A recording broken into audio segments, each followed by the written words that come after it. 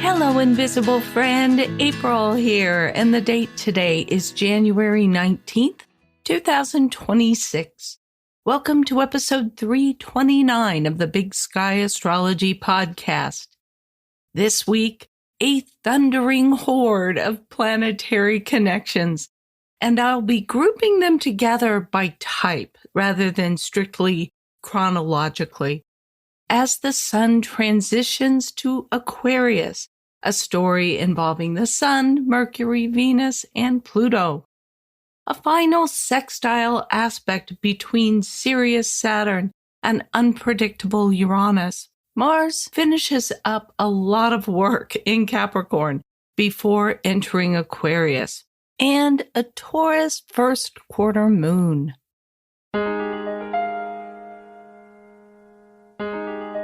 The week begins with a Monday that has 6 important aspects that we'll be talking about. Just to give you some perspective, 6 aspects is around the average number that we cover in a typical week, let alone one day. So we know this week is getting off to a big start. The sun finishes up in Capricorn and transitions to Aquarius.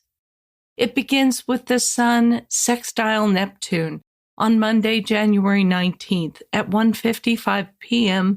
Pacific time at 29 degrees 50 minutes Capricorn and Pisces.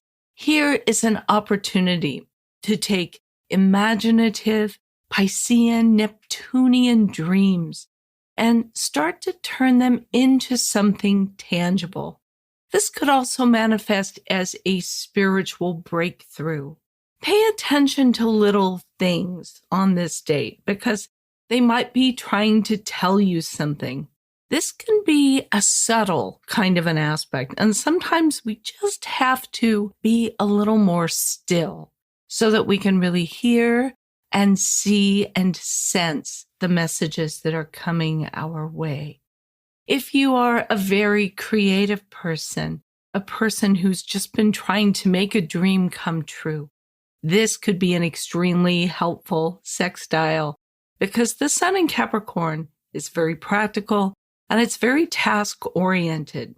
It's a sign that's especially good at setting out an agenda and then working its way through it step by step. So this Neptune in Pisces has all of the dreams, all of the inspiration, many of which have been collecting the entire time Neptune has been in Pisces since way back in 2011. And many of these dreams have just needed a little bit more Capricorn to help bring them to reality. The sun enters Aquarius on Monday, January 19th at 5:45 p.m. Pacific time. It'll be in this sign until February 18th. Aquarius is a fixed air sign, which means it really knows what it knows. The fixed quality symbolizes certainty, steadfastness, and sometimes even stubbornness. And air signs are connected to the mental realm. So Aquarius's motto is, I know. Aquarius in modern times has come to be associated a little bit with the planet Uranus. It makes a little bit of sense. They both seem to have a quality of unpredictability, a little bit of rebelliousness, disruption. But traditionally, Aquarius is ruled by Saturn. And it's a lot more traditional in some ways than we tend to give it credit for. I think that this rulership by 2 such different planets suits Aquarius perfectly because it is a very contradictory sign. On one hand, it's quite traditional, and on the other hand, very unconventional and rebellious. During Capricorn's season, we tend to set intentions for the year ahead. We might initiate some new projects or habits or routines. Then during Aquarius this season, we decide which of these projects are the ones that we really want to do something with throughout the year and further out into the future, because Aquarius is a very future-oriented sign. This is the season to recreate ourselves, to do something new, to live life in a way that makes us freer, so that we can innovate, that we can do the things that are really important to us, instead of the things that society has always told us that we must do.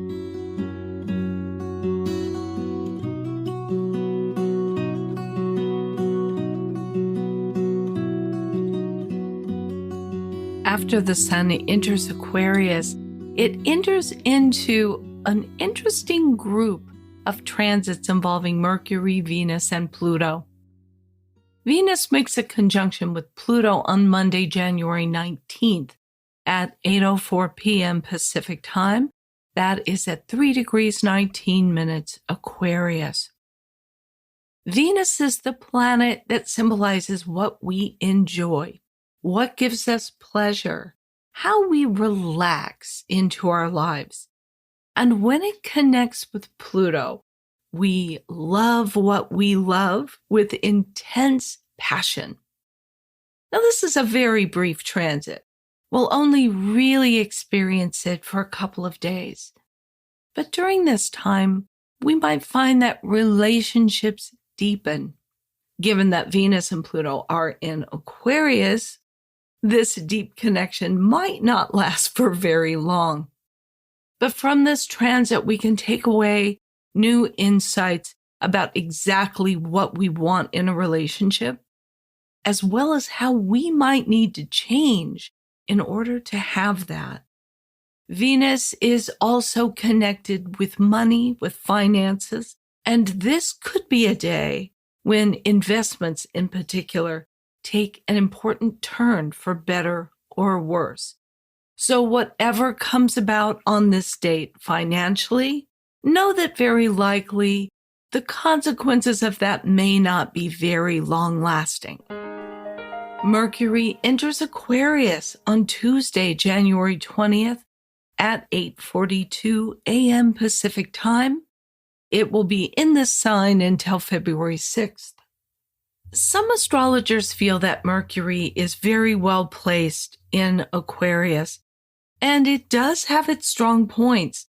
It's well suited to things like science, technology, long-range planning. So this is actually a very good time to draft your plans for the future of this year, but also the next 5 or 10 years. Also, mastering new technology can be a little bit easier under this influence. So if you've been wanting to try your hand at a new app or a piece of software, this is a really good time to do that.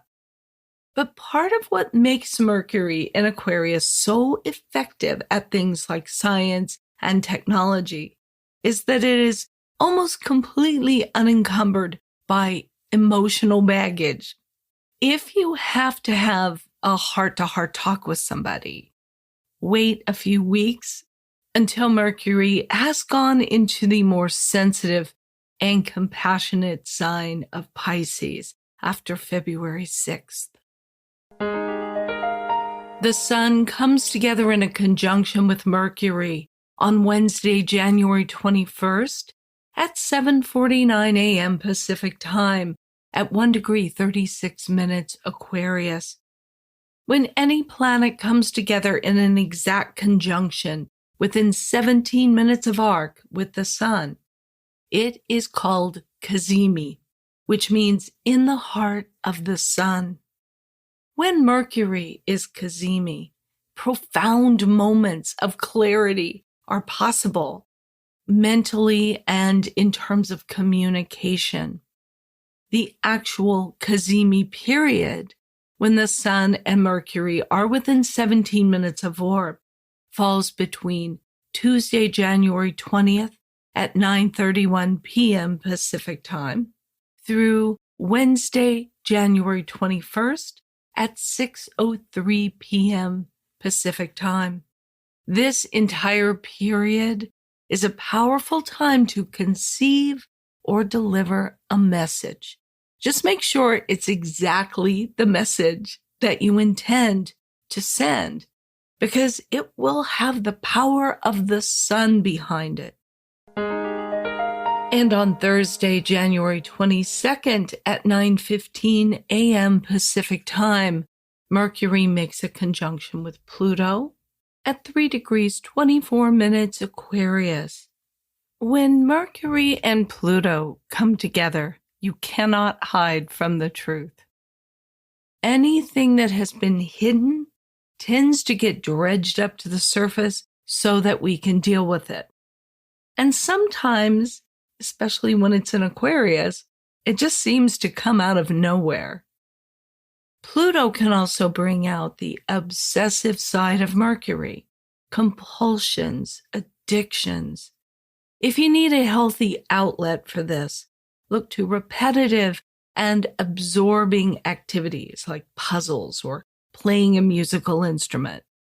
But this is, again, a very fast transit, so it really only has a strong influence for this particular day.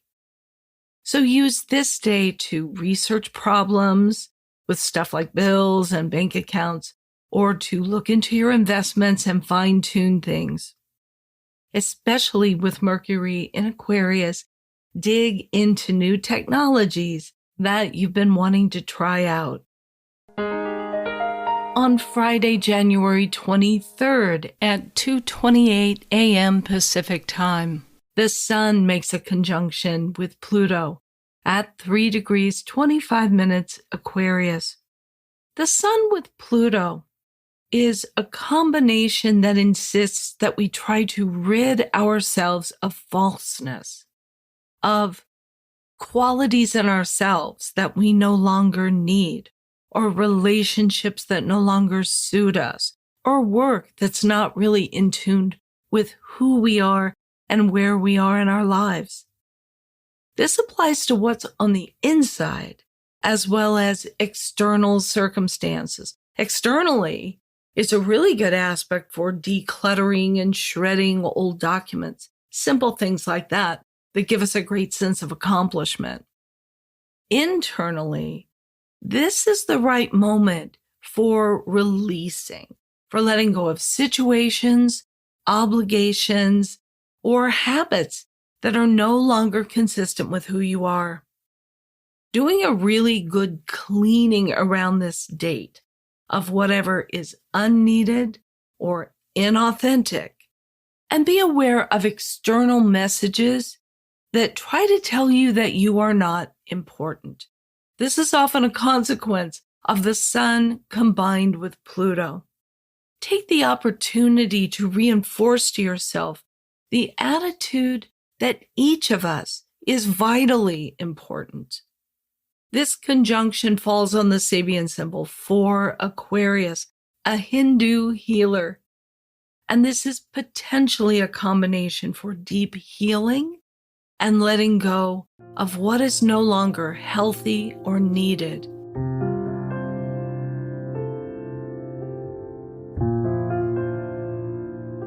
This week also sees a final sextile aspect between Saturn and Uranus on Monday, January 19th at 9:19 p.m. Pacific Time at 27 degrees 33 minutes Pisces and Taurus. The other two sextiles in this series were on April 4th and August 11th, 2025. It's an interesting combination of planets, always, whatever aspect they're making, because they symbolize very different things. And when they come together this week, you might find a few things. You might find that authority figures in your life, represented by Saturn, might surprise you, might even open up to an unexpected opportunity for new experiences, new assignments for you, especially if there are planets in your chart very close to 27 degrees 33 minutes Pisces or Taurus. You might find that the world is suddenly ready to see you for who you really are, but you might not feel quite so accepting of yourself.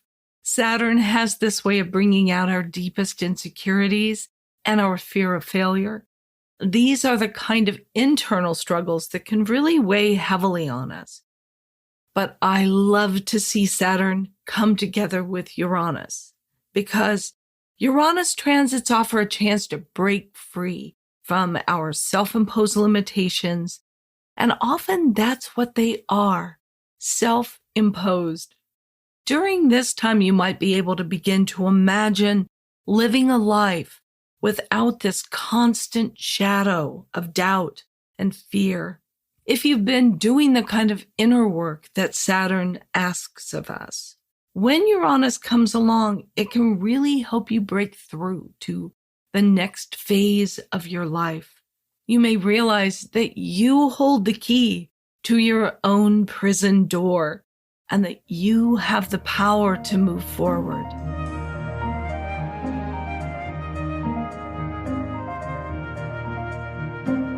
Mars makes a group of aspects this week and moves into a new sign. It all begins on Monday, January 19th at 9:56 p.m. Pacific time, with Mars in Capricorn trine Uranus in Taurus at 27 degrees 33 minutes. Mars is the action planet, and it rules drive, ambition, physical energy, sexuality. And Uranus is a planet of shakeups and sudden developments, sudden insights. So when these two planets get together in a trine, which is a harmonious aspect, it can spark all kinds of breakthroughs, especially in the way we assert ourselves and go after what we want. You might find this week that you feel a powerful urge towards self-preservation, like it's suddenly very clear what you need to do to protect your time, your energy, your sanity. This is a great aspect for using both technological and interpersonal skills, especially in your job. The moves that you make now could shift the whole trajectory of your career in some exciting ways. Now, it's true this transit can bring some impulsiveness and recklessness. It's terrific for bringing spontaneity, but maybe not so great for, say, multitasking. You just need to be a little more mindful this week of your movements and your focus. And sometimes we just need to get good and angry before we are willing to change. And Mars is the anger, Uranus is the need to change. So this combination can bring the spark that says, I am ready to change. I am ready to do things differently. Just make sure that you're moving towards something that is actually better and not just reacting in the moment. Mars sextiles Saturn on Monday, January 19th at 10:02 p.m. Pacific time at 27 degrees 33 minutes Capricorn and Pisces. When these two planets are in aspect, we explore the ways that we direct our physical energy, our determination, even our competitive influences in constructive ways. The sextile in particular brings often an offer or an opportunity or a new idea of how we can step up our game in a particular area of life, especially with our work. It can sometimes bring a promotion or just additional duties, which we can say yes or no to. But if we do say yes, it generally works out pretty well when these two are in a sextile. And Mars sextiles Neptune on Thursday, January 22nd at 10:39 p.m. Pacific time. It's at 29 degrees 54 minutes Capricorn and Pisces. This is the very last degree and in the last minutes of both of those signs. And that gives this combination extra intensity. Mars in Capricorn is a good worker. It's very talented at envisioning long-range goals, breaking them down into actionable steps so that we can attain them. But as Mars in Capricorn comes together with this Neptune in Pisces, there is an opportunity to work a little more fluidly, to pursue your goal, but to be willing to take the occasional detour. Neptune is a flowing influence, and it encourages us to go with the flow. So however clear your vision is of what you want to accomplish, don't get too attached to the way you get there, because Neptune might have some different ideas for you. This also can be an aspect that encourages you to work towards spiritual goals, not just your worldly goals. That's Capricorn stuff. It's an earth sign. It's focused on what we can accomplish in the real world. But Neptune in Pisces works a little differently.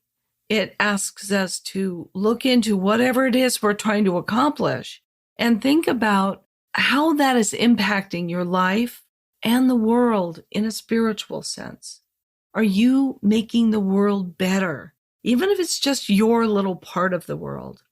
Because life is made up not just of the things that we perceive with our senses, but also the intangible things like love and meaning.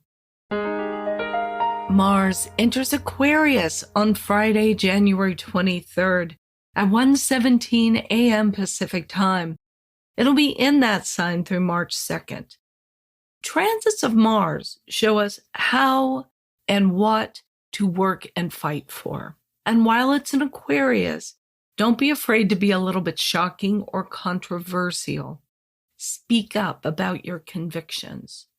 You'd be surprised if you look at the charts of people who are very vocal and active in national politics. You will often see Mars in Aquarius. And when Mars is in this sign, things like freedom, equality, and independence are among the things that we find we really want to work toward and fight for. And I think that what Mars and Aquarius individuals share in common is a distinctive individuality, and in many cases, being unafraid to ruffle feathers in order to get their point across.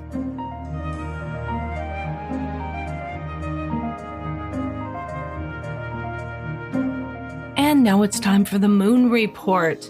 We begin, as always, with the week's most prominent lunation. This week, that is the Taurus First Quarter Moon on Sunday, January 25th at 8:47 p.m. Pacific Time at 6 degrees 14 minutes, Taurus and Aquarius. The first quarter is the first action point of the lunar cycle that begins with the new moon. We start to initiate some of our new moon goals, in this case, the recent Capricorn new moon, and we take some kind of action toward them. We might not be exactly sure what we're doing because the new moon is a very dark phase and we don't always know which way we're headed. But at the first quarter, we decide we are going to do something to move in this new direction. Taurus will take action, but it doesn't normally act quickly. So this is a first quarter moon when we take some kind of action, but we take our time in doing it. Taurus is also pretty practical and a little bit cautious about moving forward. So this might be a time in which you're thinking, okay, I wanted to do this at the Capricorn new moon, but first I need to take stock. I need to make sure I have all the things that I will need to do this new project. And I also want to make sure I have the right amount of time to do it and that it's not going to cost me more than I want to pay. So you can see with Taurus, there's a certain amount of deliberation here with the first quarter moon. And you will move forward, but not necessarily really quickly. At this first quarter moon, we have a lot of planets in Aquarius: the Sun, Mercury, Venus, Mars, and Pluto. That's what I've been talking about through this whole episode. So the moon being in Taurus is naturally giving some friction to all of those Aquarius planets, maybe slowing them down a little bit and maybe trying to take all of their energy down on a more practical level.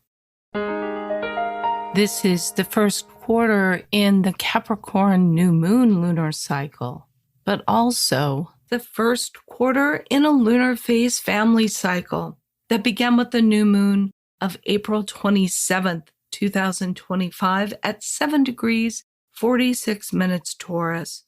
Wherever that point falls in your birth chart would have been a time of beginnings for Taurus things.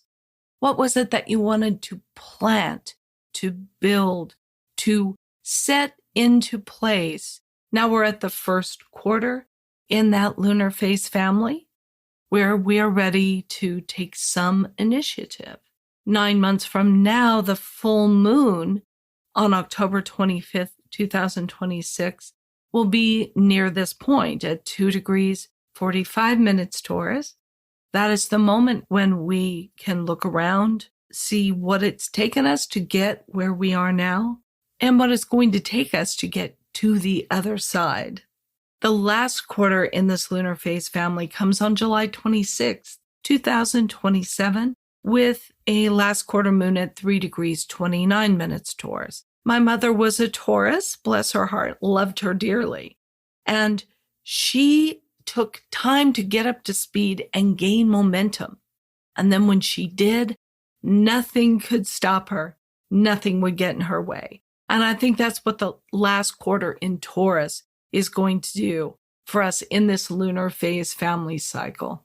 Let's look at the void of course moon periods for this week. On Tuesday, January 20th, the moon in Aquarius squares Uranus at 6:16 p.m. Pacific time. It's void of course for 4 hours, 34 minutes, and then enters Pisces at 10:50 p.m. When the moon makes a square to another planet as it's going void of course, we know there is a message of conflict. And when the moon is square Uranus, keep an eye out for disruptions, restlessness, sometimes even accidents. Aquarius is a fixed sign, so you may find conflict between your desire to keep things as they are versus the world's intention to throw you off course and get you doing things a little differently. Try to use this void of course moon time to get used to welcoming change a little more in small ways, moving things around in your home, eating something different for dinner, eating at a different time. The void of course moon is always a good one for instituting a new habit that you want to continue going. On Friday, January 23rd, the moon in Pisces makes a conjunction with Neptune at 5:17 a.m. Pacific time.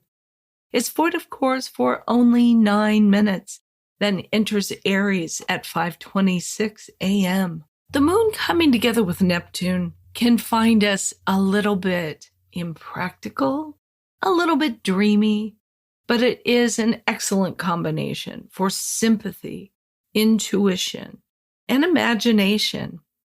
This is a good void of course moon time to introduce a new routine in your daily life that gives you space to indulge those sides of yourself, maybe by doing some music or artwork, or even just some journaling, taking the time to be guided by your intuition and your imagination. And on Saturday, January 24th, the moon in Aries squares Jupiter at 1:36 p.m. Pacific time. It's void of course for 20 hours and 29 minutes, and then enters Taurus on Sunday, January 25th at 10:05 a.m. The moon in a hard aspect to Jupiter can awaken optimism and the urge for adventure, all those lovely Jupiter things. But it can also bring out poor judgment and the tendency toward overindulgence. especially with the moon in Aries, which is very impulsive. Jupiter is in Cancer, so be sure not to overdo it in, say, spending money on your home or planning a trip that you really can't afford. I don't want you to not enjoy this exciting moon in Aries and even the activation to Jupiter, such a fun and lovely planet in a sign like Cancer. Just try not to overdo it.